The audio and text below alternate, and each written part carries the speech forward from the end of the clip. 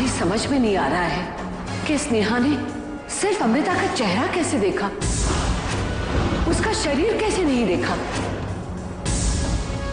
जब हम अमृता के कमरे में गए थे तो हमने तो उसका पूरा शरीर देखा था। पर अगर स्नेहा कह रही है उसने जरूर कुछ ऐसा देखा ही होगा। ऐसे कैसे हो सकता है? बस इतनी सी बात से परेशान हो गई त्रिवेणी? हम बताते हैं तुम्हें कि वो क्या था।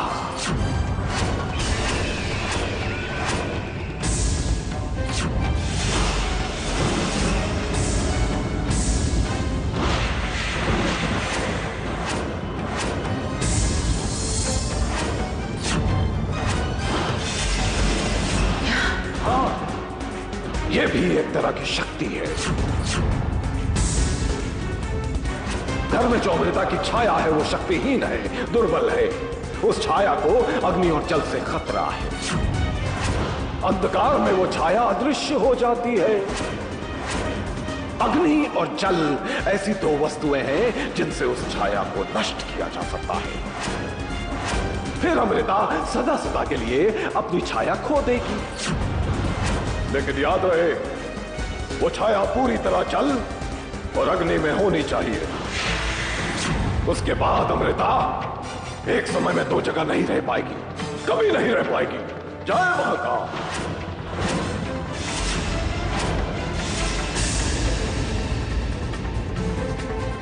यही सही वक्त है अमृता के फैले हुए परों को काटने का। अगर परछाई नष्ट हो गई तो अमृता परिवार को धोखे में रखकर घर से बाहर नहीं जा पाएगी। हमारे बेटे रुद्रा तक तो पहुंच ही नहीं पाएगी।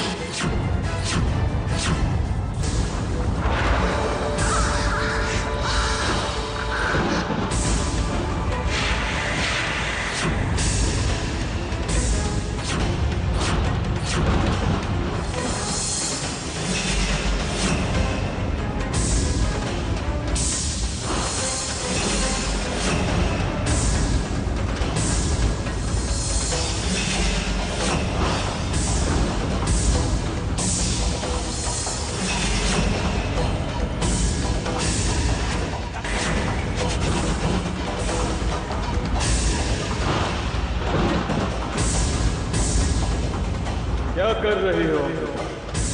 अगर पत्थरों पे से आपका पैर फिसल गया तो तेजाब में जलकर मारी जाएगी। हमें ये कदम उठाना ही होगा।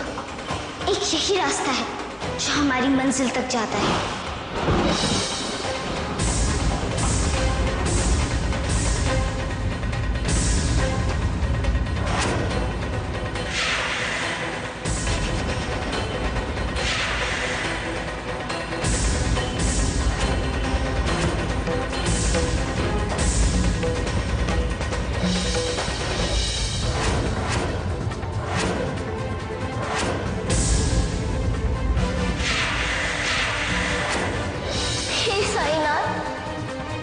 मदद कीजिए, हमें तो आगे का रास्ता ही दिखाई नहीं दे रहा है।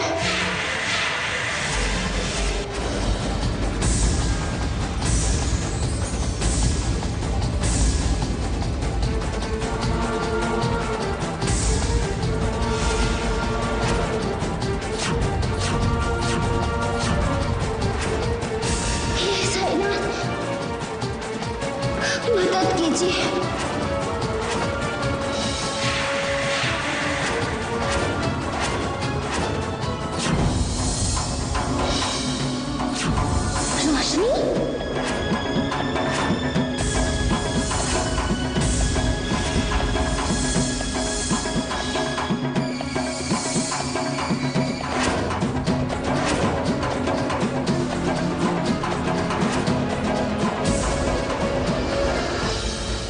कहते हैं सभी, साईनाथ का नाम लेने से ही सारी मुसीबतें दूर हो जाती हैं।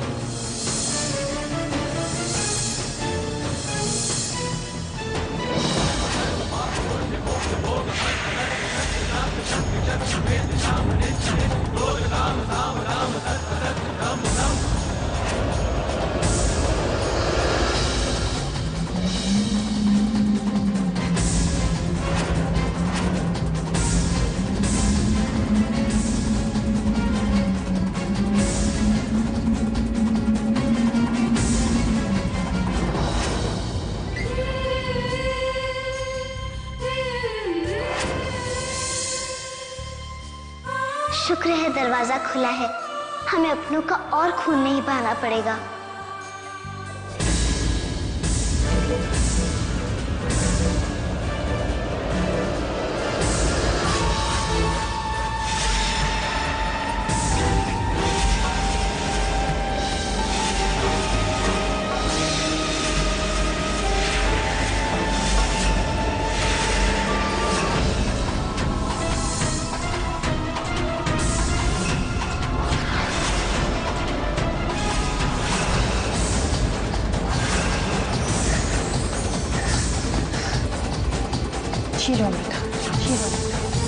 ये आपको हमारे दुश्मनों को मारने में मदद करेगा।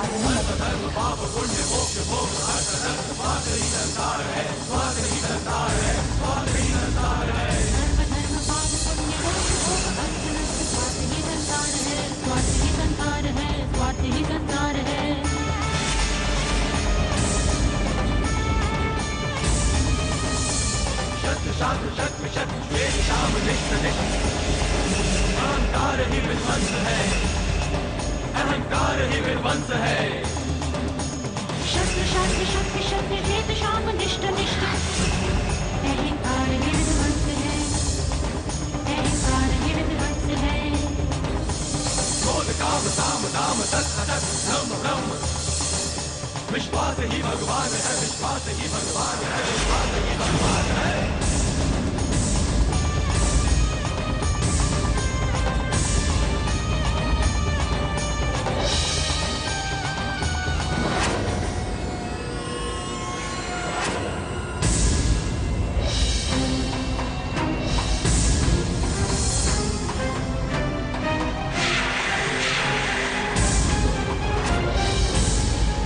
तो ये है वो पिंजरा जिसमें रुद्रा काकासा की अदृश्य आत्मा है। हमें इसे लेकर जल्द से जल्द घर पहुंचना होगा ताकि हमारी प्रतिछाया वहां किसी मुसीबत में ना पड़े।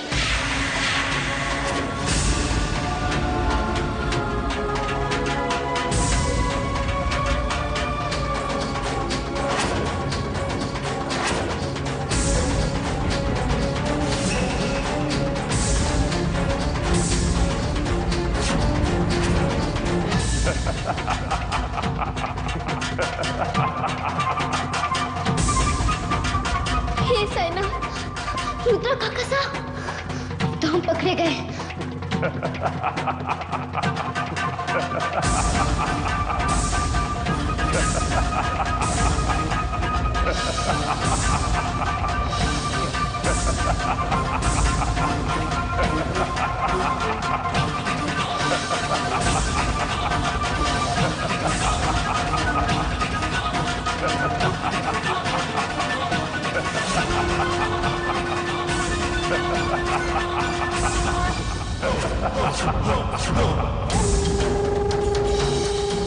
तुम्हें क्या लगा था? हमारी आत्मा को ले जाना कोई बच्चों का खेल है।